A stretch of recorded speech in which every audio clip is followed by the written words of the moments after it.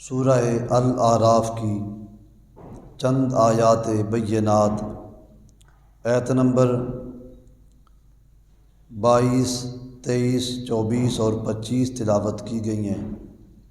ان میں حضرت آدم علیہ السلام اور حضرت حوا کا ذکر ہے کہ حضرت آدم علیہ السلام کو جنت میں جب رہنے کو کہا گیا تو شیطان نے آپ کے ساتھ دھوکہ کیا اور قسم اٹھا کر حضرت آدم علیہ السلام کو دھوکے میں ڈالا۔ حضرت آدم علیہ السلام نے پھر وہ دانہ استعمال جب کر لیا تو جسم سے وہ نورانی لباس اتر گیا۔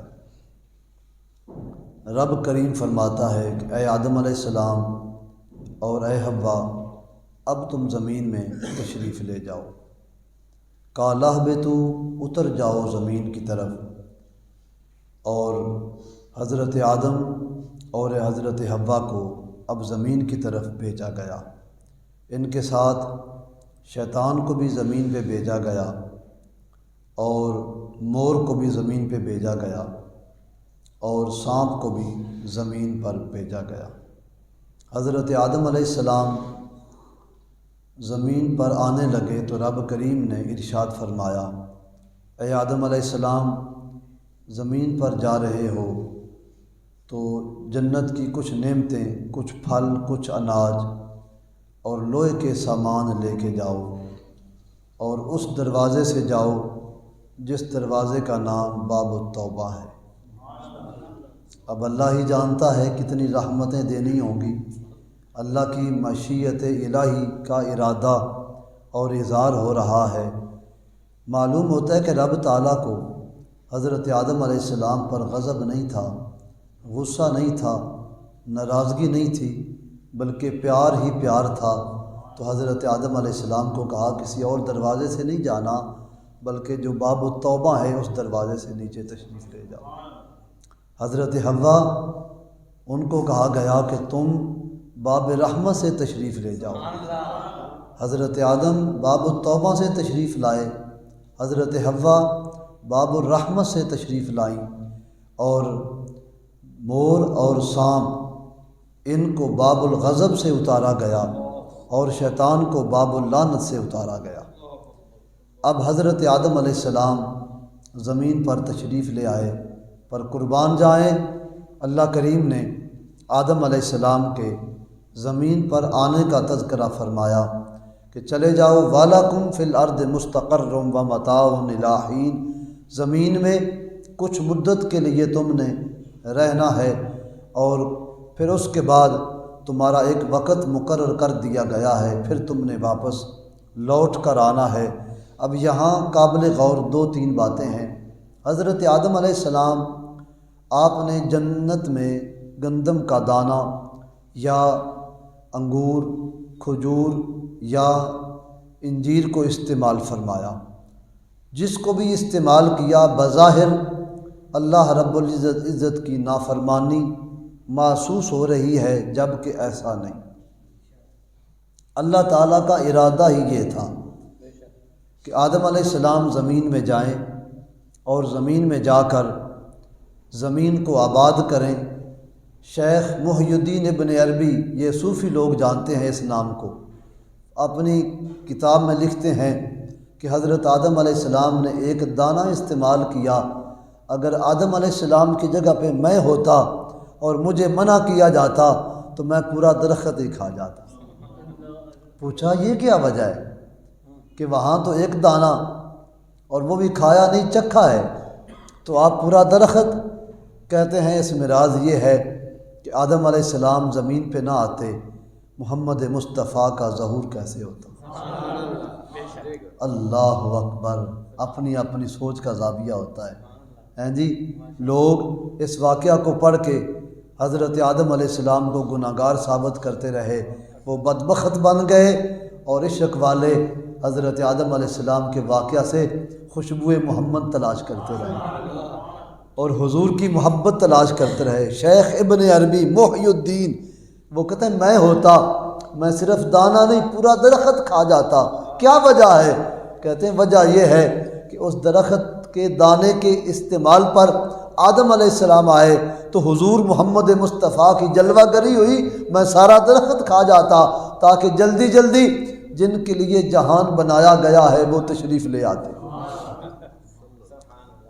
اور پھر حضرت حکیم الامت مفتی احمد یار خان صاحب نے لکھا ہے کہ حضرت آدم علیہ السلام نے یہ جو گندم کا دانہ استعمال کیا اس کو بظاہر بھول کہا گیا، نسیان کہا گیا، اور یہ نبوت کے دینے کے بعد نہیں بلکہ نبوت کے ملنے سے پہلے ہے۔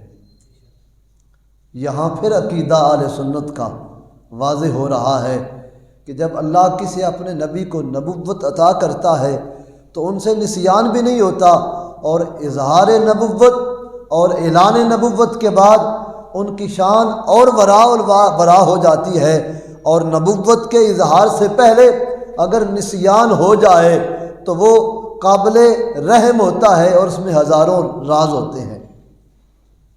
تیسرا جواب یہ ہے کہ اللہ کریم فرماتا ہے حضرت آدم علیہ السلام جب وہ گندم کا دانہ استعمال فرما چکے تو اب رب فرماتا ہے ہم نے نگاہ پاک سے اپنی نگاہ کرم سے آدم علیہ السلام کے دل کو دیکھا، اور قرآن شریف نے جو لفظ بتایا وہ ٹٹولے کے لفظ آتے۔ رب فرماتا ہے ہم نے ٹٹول کے دیکھا کہ کسی جگہ کسی گوشہ میں آدم علیہ السلام کا کوئی ارادہ تو نہیں تھا کھانے کا، تو رب خود ہی جواب ارشاد فرماتا ہے نہیں، ان کا کوئی ارادہ نہیں تھا، وَلَمْ نَجِدْ لَهُ عَزْمًا، ان کا تو کوئی ارادہ ہی نہیں تھا، تو پھر کیا ہوا؟ فرمایا بناسیہ، وہ بھول گئے تھے۔ یہ بھولنا یہ بھی رب کی طرف سے ہے، اور فرمایا عزم ارادہ ہی نہیں تھا، جب ارادہ نہ ہو تو گناہ نہیں بنتا۔ مفسرین فقہا نے اس پر بھول پر ایک مسئلہ بتایا، فرمایا کوئی بندہ گناہ گار ہو 40 سال روزے نہیں رکھے، رمضان شریف کا مہینہ آ گیا، کسی جگہ سے اس کو یہ مت آ گئی کہ روزے رکھنے ہیں، اس کے دل میں خیال آیا کہ میں نے یار مر جانا ہے، چلو توبہ کرتے ہیں روزے رکھتے ہیں، رمضان شریف آ گیا ہے، پتہ نہیں اگلے سال کی بننا ہے۔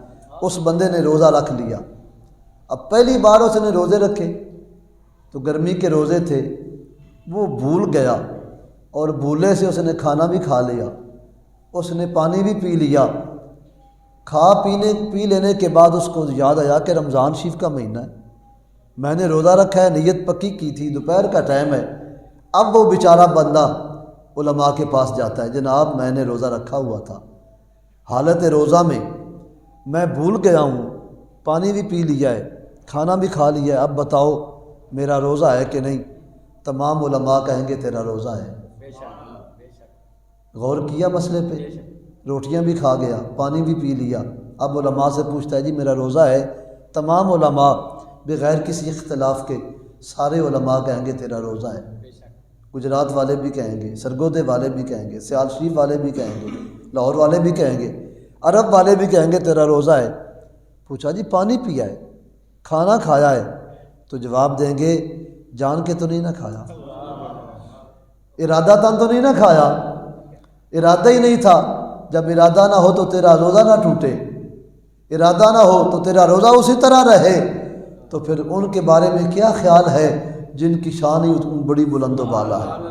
اللہ فرماتا ہے ان کا ارادہ وَلَمْ نَجِدْ لَهُ عَزْمًا، ہم نے ٹٹول کے دیکھا، آدم علیہ السلام کا ارادہ ہی نہیں تھا، یا اللہ پھر فرمایا ناسیہ، وہ ان سے بھول ہو گئی، اور ان کی بھول تھی اور اس جہان کو آباد کرنے کا اسباب تھا۔ حضرت آدم علیہ السلام جنت سے زمین پر تشریف لائے، اب آؤ شان محمد بھی یہاں دیکھ لیتے ہیں۔ حضرت آدم علیہ السلام کے جنت سے آسمان سے زمین پر آنے کا تذکرہ قرآن شریف نے 7 مقامات پر بیان کیا۔